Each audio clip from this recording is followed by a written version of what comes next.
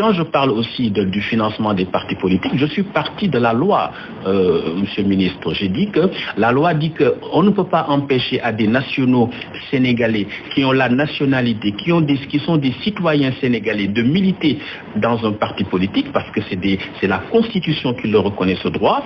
Et la loi dit que les militants, les adhérents et les sympathisants peuvent donner des cotisations, des dons et des legs. Ça, vous ne pouvez pas le nier. C'est écrit noir sur blanc sur la loi. Oui, mais donc, c'est quoi le problème? Le seul problème, c'est qu'on ne veut pas que des puissances étrangères viennent financer des partis politiques parce que ça peut déstabiliser le pays. C'est extrêmement clair. C'est vous qui créez l'amalgame plutôt. Alors, sur la question du mandat, le président de la République a dit qu'en 2019, il avait répondu par ni oui ni non. D'abord, je dois préciser que depuis la Constitution de 2001, du 22 janvier 2001, la limitation du nombre de mandats à 2 est acquise. Et il faut remarquer que sous Abdoulaye Wade, la problématique de la 3e candidature était liée. Personne ne disait qu'Abdoulaye Wade pouvait faire un 3e mandat, mais la controverse juridique ou le problème juridique était de savoir si le mandat acquis sous l'empire de la Constitution du 7 mars 1963 devait ou non être comptabilisé dans le décompte des mandats. C'était ça le problème juridique. Mais en tout état de cause, tout le monde était d'accord qu'on ne pouvait pas faire plus de 2 mandats. Alors, lorsque le président Macky Sall est élu en 2012, il est élu sur la base d'une constitution qui limitait déjà le nombre de mandats à 2. Déjà. Donc en 2016, le président Sall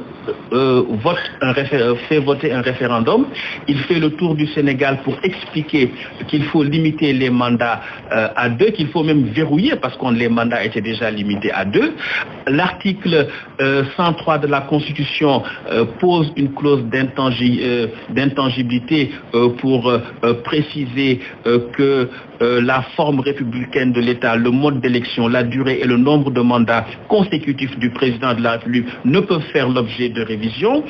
L'alinéa 8 revient encore pour verrouiller en disant que l'alinéa 7 du présent article ne peut être l'objet de révision. Donc on a comme une sorte de sacralisation constitutionnelle au point de porter à une impossibilité à réviser cette disposition constitutionnelle. Donc la règle des 2 mandats, c'est une règle absolue.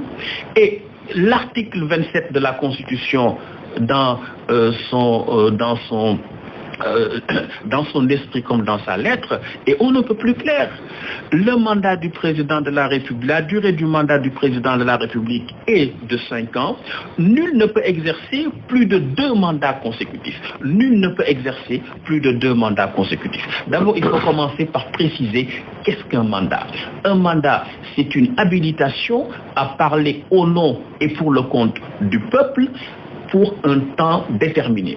Ce temps déterminé peut être variable. Aux États-Unis, c'est 4 ans. Au Sénégal, c'est 5 ans.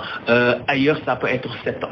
Mais la durée du mandat n'est pas alliée avec la nature du mandat qui, encore une fois, est une habilitation à parler au nom et pour le compte du peuple pour un temps donné. Donc si on vous dit que nul n'a le droit, nul ne peut exercer plus de 2 mandats consécutifs, on se pose la question de savoir, mandat consécutif, qu'est-ce que ça veut dire? Consécutif instaure une relation de succession immédiate. Relation de succession immédiate. C'est-à-dire que les mandats doivent directement se suivre. 2012-2019, 2019-2024, les mandats se suivent. Sauf à pouvoir déplacer les années dans le temps, ce qui relève d'une impossibilité absolue. On ne voit pas comment on peut expliquer que ces 2 mandats ne se suivent pas. Ensuite, dans l'énonciation de l'article 27 de la Constitution, ce qui est important de relever, c'est que c'est le titulaire du mandat qui est visé. Nul ne peut faire plus de 2 mandats consécutifs. Le titulaire du mandat qui est visé. Or, personne ne peut nier que c'est le président Sall intuitu personné qui a été élu en 2012 jusqu'à 2019 pour son premier mandat et qui a été réélu en 2019 pour un mandat 2019-2024. Ça, personne ne peut le nier. C'est M. Macky Sall, intuitu personné, qui a été élu. Et la loi dit nul ne peut exercer plus de 2 mandats consécutifs. Donc c'est on ne peut plus clair. Et puis, quand La loi dit cela, nul ne peut exercer plus de 2 mandats consécutifs, mais si on considère que le premier mandat par extraordinaire ne doit pas être comptabilisé, c'est extrêmement grave par rapport à ce que ça peut entraîner comme conséquence juridique. Parce que ça veut dire, les règles de compétence étant absolues, ça veut dire que entre 2012 et 2019, tous les actes posés par le président de la République doivent être considérés comme des actes nuls et non avenus du point de vue juridique. Donc vous avez un mandat 2012-2019, un second mandat 2019-2024, 2 mandats qui se suivent, qui ont été exercés par le même titulaire. Nul ne peut exercer plus de 2 mandats consécutifs. C'est infiniment clair. Ailleurs, dans d'autres pays, aux États-Unis, depuis 1787, la Constitution de Philadelphie n'a même pas précisé de façon écrite la limitation du nombre de mandats à 2, mais depuis des siècles, on respecte la règle. Ici, la règle est établie depuis 2001.